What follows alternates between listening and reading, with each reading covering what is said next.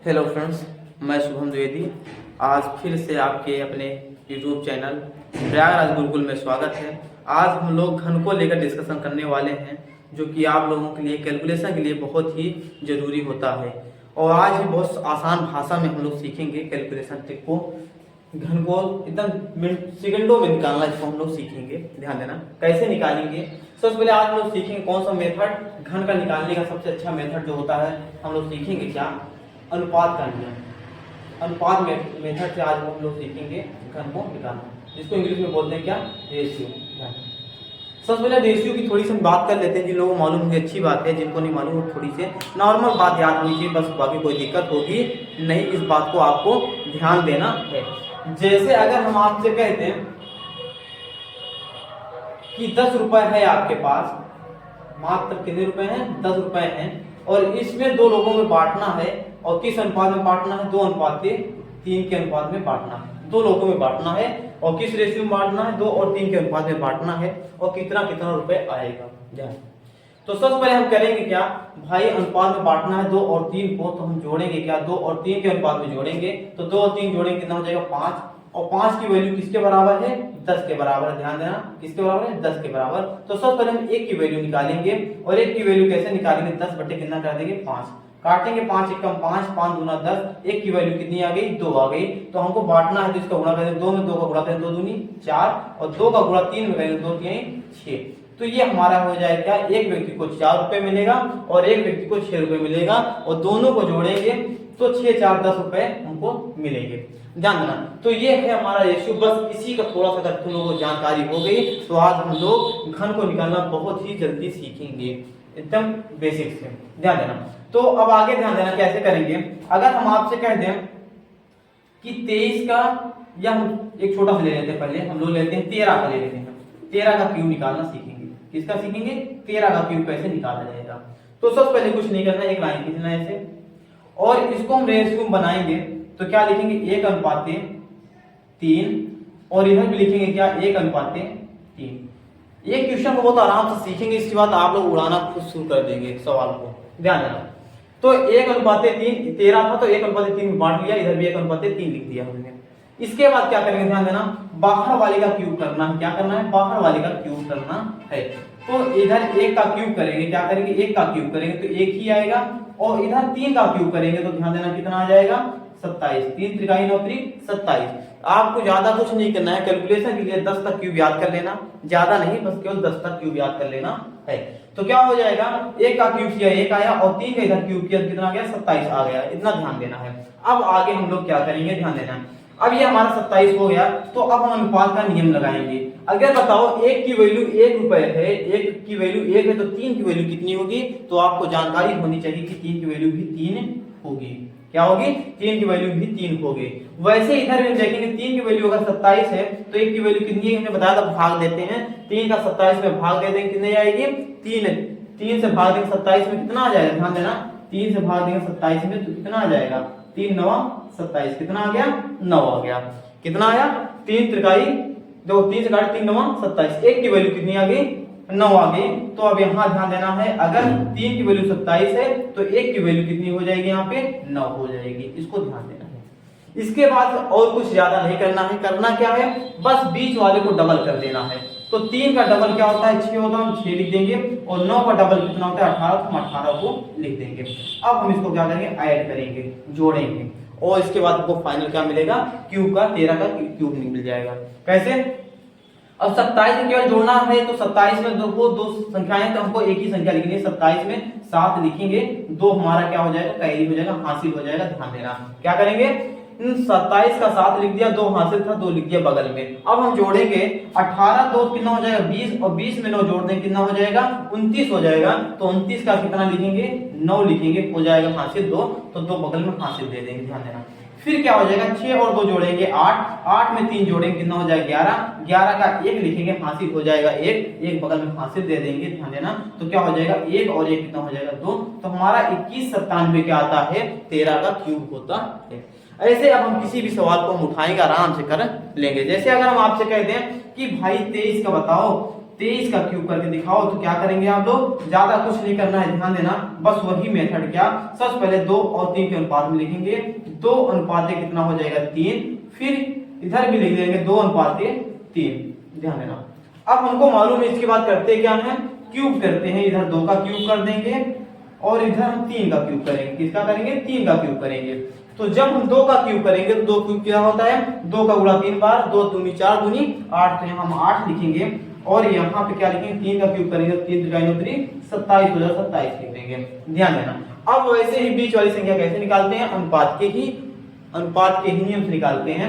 अगर 2 की वैल्यू 8 है तो 1 की वैल्यू क्या आएगी, तो 2 से भाग देंगे, 2 चौका 8, 1 की वैल्यू 4 आएगी और 4 का गुणा इसमें करें 4 3 कितना हो जाएगा, 12 हो जाएगा। वैसे ही आगे ध्यान देना, 3 की वैल्यू अगर 27 है तो 3 से भाग देंगे 27 में, तो 3 9 27, 1 की वैल्यू 9 आएगी और अगर 1 की वैल्यू 9 आई तो 2 की वैल्यू कितनी हो जाएगी, 9 दूनी 18 हो जाएगी, 18 लिखेंगे। अब फिर कुछ नहीं, ज्यादा नहीं, बस क्या करना है, इसको ध्यान देना। अब इसको पहले डबल कर देना, तो 18 का डबल करेंगे तो कितना हो जाएगा, 36 हो जाएगा। इधर 12 का डबल करेंगे तो कितना हो जाएगा, 24 हो जाएगा। इसको हमने क्या करे, 2 से गुणा किया है, इसको ध्यान देना, कुछ ज्यादा नहीं करते, 2 से हम गुणा कर देते हैं, इसको ध्यान देना। अब क्या कर देंगे, अब जोड़ करना है बस। तो ध्यान देना, जब हम जोड़ेंगे तो क्या हो जाएगा, 27 फिर आ गया, 27 का 7 लिखेंगे, हासिल कितना हो जाएगा, 2 2 बगल में लिख लेंगे। अब हम इसको जोड़ेंगे 18 36 2 को, तो 18 और 36 जोड़ेंगे, 18 का 54, 54 में 2 जोड़ेंगे कितना हो जाएगा, 56, 56 का 6 लिखेंगे, हासिल कितना हो जाएगा 5, 5 इस बगल में लिखेंगे, 12 दूना 24 बटे 36, 36 में 5 जोड़ देंगे 41, 41 का 1 लिखेंगे, हासिल हो जाएगा हमारा 4 और फिर 4 बगल में जोड़ेंगे तो 8 4 कितना हो जाएगा 12, तो 12167 हमारा क्या हो जाएगा, 23 का क्यूब हो जाएगा, ध्यान देना। ऐसे हम किसी भी सवाल को अब हम आराम से चुटकियों में कर सकते हैं।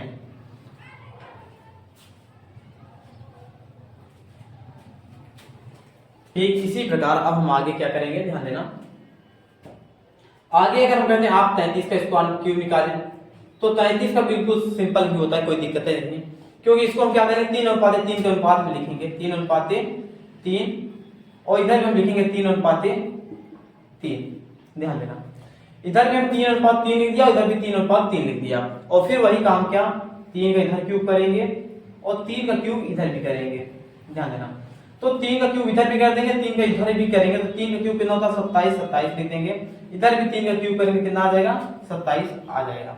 अगर 3 की वैल्यू 27 है तो इधर 1 की वैल्यू कितनी आएगी, 1 की वैल्यू 9 आएगी। 3 की वैल्यू 27 तो 1 की वैल्यू कितनी आ जाएगी, 9 आ जाएगी। 3 9 27, 3 से भाग देते तो 1 की वैल्यू आती है, जिसकी भी वैल्यू निकाल लिए उससे हम भाग दे देते हैं। अगर 3 की वैल्यू 27 है तो 1 की वैल्यू निकालना, 3 से भाग देंगे, 3 9 27 तो 1 की वैल्यू कितनी आ जाएगी, 9 आएगी और इसमें हम 9 को गुणा करें तो क्या हो जाएगा, ध्यान देना, 9 3 27, तो 3 की वैल्यू भी 27 हो जाएगी। अगर इधर भी 3 की वैल्यू 27 है तो इधर भी 3 की वैल्यू कितनी आ जाएगी, 27 आ जाएगी, इसको ध्यान देना है। और फिर हम इसके बाद क्या करते हैं, आपको याद है कि इसके बाद हम करते क्या है, हमेशा ध्यान देना क्या करेंगे, इधर भी 2 से गुणा, बीच वालों का बस बीच वाले 2 से गुणा कर देना है, हो गया। तो क्या हो जाएगा, 27 का 2 से गुणा करें, 27 गुना कितना हो जाएगा 54 और इधर भी 27 का गुणा करें कितना, 27 गुना 54 हो जाएगा। और इसके बाद कुछ करना नहीं, फिर क्या करना है, जोड़ करना है। तो क्या हो जाएगा, 27 का फिर 7 लिखेंगे, हासिल वैसे ही 2 हो जाएगा। फिर इसमें 2 जोड़ेंगे, ऐड और करेंगे तो 54 और 27, 27 गुना 54 और 27 कितना हो जाएगा 81, 81 में जो 2 जोड़ेंगे तो कितना हो जाएगा 83, 83 का 3 लिखेंगे, हासिल कितना आएगा 8 आएगा, कितना आएगा 8। फिर 27 और 54 और फिर यहाँ पर हासिल कितना था 8, तो 8 जोड़ेंगे तो 27 और 54 और 8 को जोड़ेंगे कितना हो जाएगा, ध्यान देना।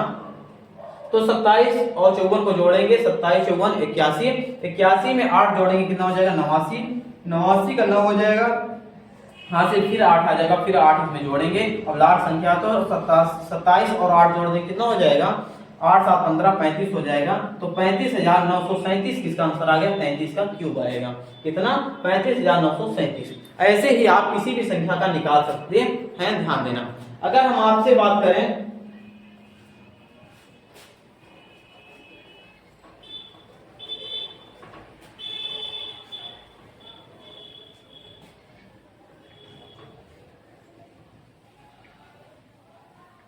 अब आप बोलेंगे भाई कि हम 63 का स्क्वायर निकालो, बताइए।